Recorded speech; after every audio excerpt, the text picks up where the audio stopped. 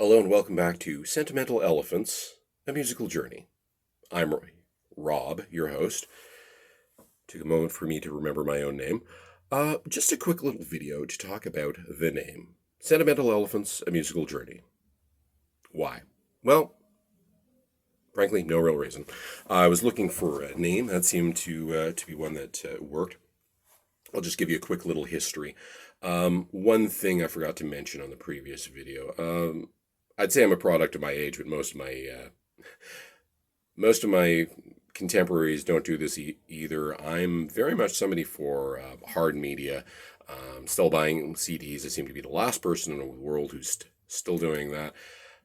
So just a note, whenever I say, "Hey, go out and get this album," and just translate that into like what a modern person would do, like download it or stream it or whatever, and get it on CD or vinyl if you're like I am.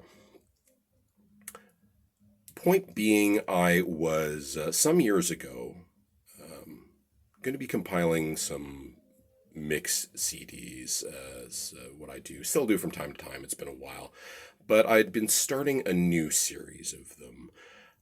The previous series had been a while since I've made them. They're all called Liquid Sunshine Volumes 1 through whatever.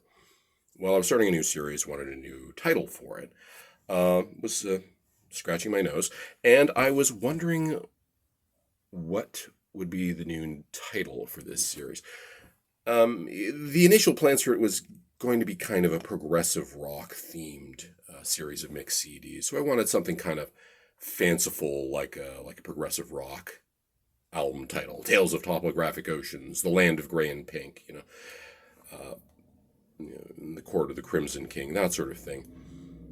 And the term I kept coming back to was melancholy elephants. That was a short story written by Spider Robinson. I'd read it recently. For some reason, the title was sticking in my mind.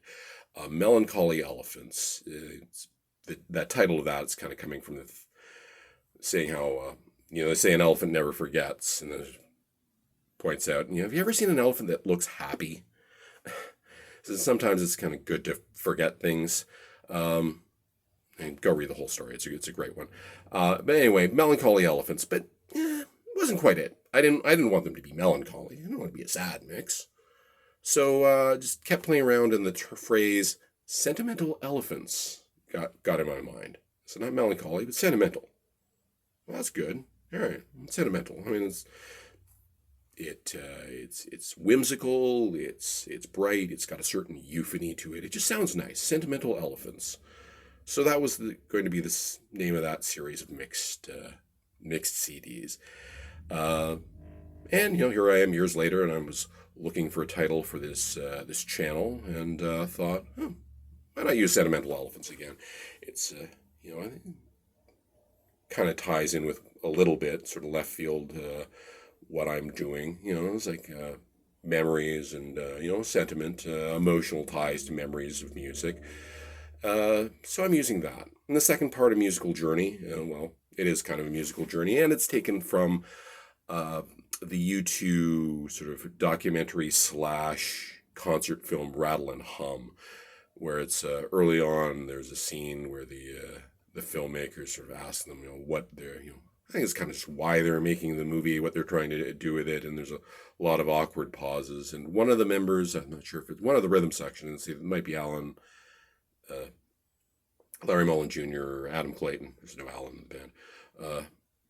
But repeatedly keeps using the phrase, it's a musical journey. And then pause and laughing because they kind of sense how just lame it was repeating that phrase. But I don't think it's lame in this case. I think we are going on a musical journey together.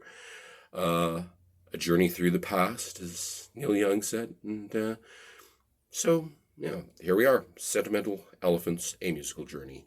And that's the story behind the name. See you next time.